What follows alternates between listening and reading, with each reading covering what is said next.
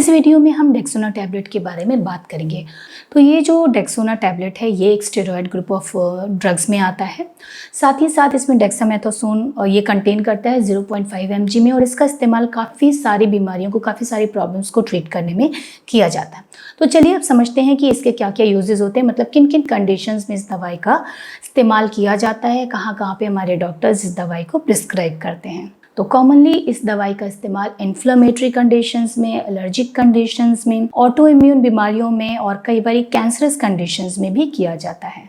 कई बार जो inflammatory conditions हैं, एलर्जिक कंडीशंस, उसमें हम देखते हैं कि हमारे शरीर में सूजन है, दर्द है, रेडनेस है, और कई बार होता है कि खुजली जैसी परेशानी भी होने लगती है। तो इन कंडीशंस में जो कुछ केमिकल्स होते हैं, कुछ केमिकल मैसेंजर्स होते हैं जो कि प्रॉब्लम कॉज करते हैं, उनको ये जो डेक्सोना टैबलेट है वो ब्लॉक कर देता है, जिसकी वजह से ये जो प्रॉब्लम्स हो रही थी, जो इन्फ्लेमेटरी प्रॉब्लम्स हो रही थी और एलर्जिक प्रॉब्लम्स हो रही थी, वो ठीक हो जाती है। उससे हमें फ़ायदा मिलता है। साथ ही साथ जो ऑटो इम्यून कंडीशंस होती हैं उनमें भी ये जो हमारी जो इम्यूनिटी हमारी अगेंस्ट ही काम करने लगती है उसको लोअर करते हैं, उसको थोड़ा सा कम करते हैं, जिसकी वजह से उसके होने वाले जो प्रभाव हैं वो कम हो जाते हैं, और फर्दर इस दवाई को लेने से उसमें हमें आराम मिलता है। तो कई सारे ऐसे एलर्जिक और इन्फ्लेमेटरी कंडीशंस हैं, ऑटो इम्यून कंडीशंस हैं जिसमें इसका इस्तेमाल किया जाता है, जैसे कि रूमेटॉइड आर्थराइटिस है, एंकाइलोजिंग स्पॉन्डिलाइटिस है, अल्सरेटिव कोलाइटिस है, सोरियासिस है, एक्जिमा है, एटोपिक डर्मेटाइटिस है,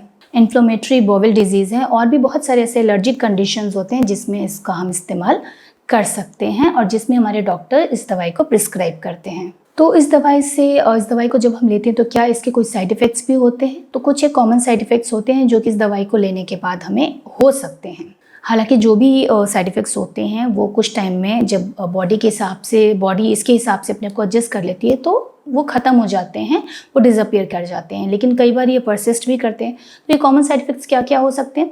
कार्डियोवैस्कुलर प्रॉब्लम्स हो सकती हैं, और गैस्ट्रोइंटेस्टाइनल डिस्टर्बेंसेस हो सकते हैं, पेट में थोड़ा सा अपसेट हो सकता है, इलेक्ट्रोलाइट इम्बैलेंस हो सकता है, मेटाबॉलिक प्रॉब्लम्स हो सकती हैं, न्यूरोलॉजिकल डिसऑर्डर्स हो सकते हैं, वेट गेन हो सकता है, weight gain and cushion syndrome, इससे रिलेटेड काफ़ी ज़्यादा कंडीशंस में इन साइड इफ़ेक्ट्स को देखा जाता है। तो कुशन सिंड्रोम्स हो सकता है, वेट गेन हो सकता है, कई बार इन्फेक्शंस जो होते हैं इसको लेने के दौरान काफ़ी ज़्यादा बढ़ जाते हैं। तो ये सारे जो कॉमन साइड इफ़ेक्ट्स हैं ये इस दवाई को लेने के दौरान देखे जा सकते हैं। अच्छा, जो भी साइड इफ़ेक्ट्स होते हैं, एक तो अगर माइल्ड लेवल के होते हैं, हल्के फुल्के होते हैं, तो कुछ टाइम पे वो अपने आप को बॉडी के हिसाब से एडजस्ट कर लेते हैं और वो जो प्रॉब्लम्स होती है डिसअपीयर हो जाती है, जैसा कि मैंने बताया अभी। साथ ही साथ मैक्सिमम जो साइड इफ़ेक्ट्स की प्रॉब्लम होती है किसी भी दवाई की, वो इस कारण से होती है क्योंकि हम जो दवाई लेते हैं वो अपने डॉक्टर के कहे अनुसार, जिस तरीके से वो एडवाइस कर रहे हैं उस तरीके से हम नहीं लेते हैं, अपने हिसाब से उसमें चेंजेस कर देते हैं, जिसकी वजह से ये जो साइड इफ़ेक्ट्स होते हैं वो फिर हमें परेशान करते हैं। तो अगर आपके डॉक्टर जब भी कोई दवाई आपको प्रिस्क्राइब कर रहे हैं तो उसी हिसाब से लें, जिस तरीके से आपके डॉक्टर ने प्रिस्क्राइब किया उसी डोज में लें, और जो उसकी इफ़ेक्टिवनेस है, उसका प्रभाव, उसका जो बेनिफिट है पूरा लेने के लिए जिस टाइम पे आप एक दिन दवाई लेते हैं, नेक्स्ट डे भी उसी टाइम पे उस दवाई का इस्तेमाल करें, और जो डोज है उसमें अपने हिसाब से कोई भी ऑल्टरेशन ना करें। जिस डोज में और जितने टाइम के लिए, यानी कि जितने ड्यूरेशन के लिए कहा गया है उसी तरीके से दवाई को लें। कोई चेंजेस उसमें ना करें कि हमें बेनिफिट मिल गया तो हमने पहले लेना बंद कर दिया, हमें बेनिफिट नहीं मिला तो और लंबे समय तक लेते रहें, या फिर दोबारा हमें कोई प्रॉब्लम हुई सेम तो हमने वो दवाई अपने आप से ले लिया।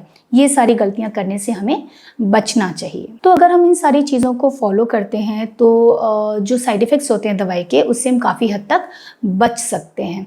लेकिन उसके बावजूद भी अगर मैंने आपको साइड इफ़ेक्ट्स बताए हैं वो आपको नज़र आ रहे हैं और उसकी जो सिवियरिटी है वो ज़्यादा लग रही है, आपको प्रॉब्लम कर रही है, आपको बॉदर कर रही है, तो डेफिनेटली आपको डॉक्टर को फिर तुरंत संपर्क करना चाहिए।